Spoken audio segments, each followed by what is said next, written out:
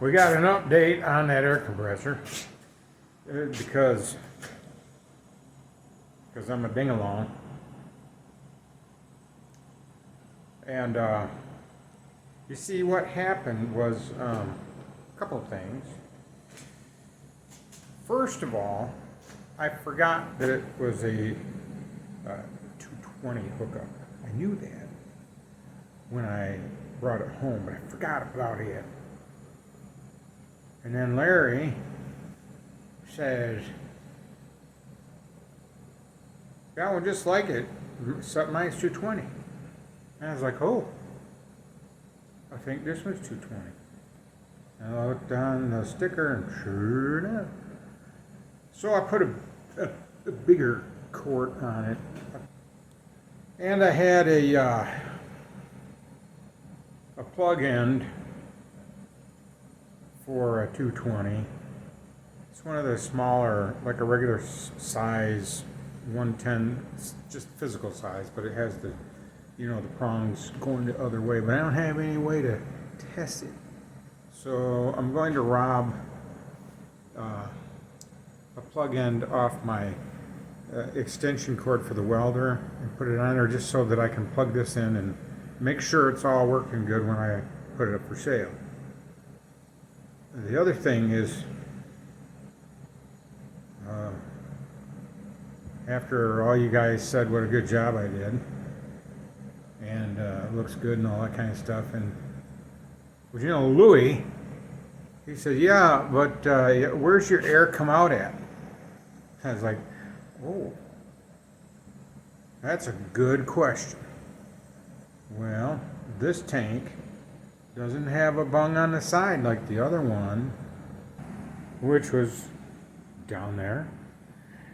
And so, dug around in my stuff, and well, I went and bought a tea. I prefer coffee. I had this, I bought that and that. And then I thought, what's going to happen when I put this in? Now it's going to be too tall and I have to rebend that. Didn't want to do it. So I looked in my stuff and I found a shorter nipple, which I put in there. And then, of course, bent it. And now we're good to go on that again. And I asked my cousin, who is an electrician, and he said there's no switch on there because what they most likely did was had a small breaker box or a fuse box on the wall with a switch, a switch. And so that's why there's no lever on that. So we're going to leave her alone. Yeah. So what I'm going to do is change this end out. You see, this has got one of those funny style ones. It's a fits for 220, don't you know? Yeah. I'll probably tomorrow, maybe tonight, probably tomorrow. I'll rob this one, put it on the other one, and not want to do it.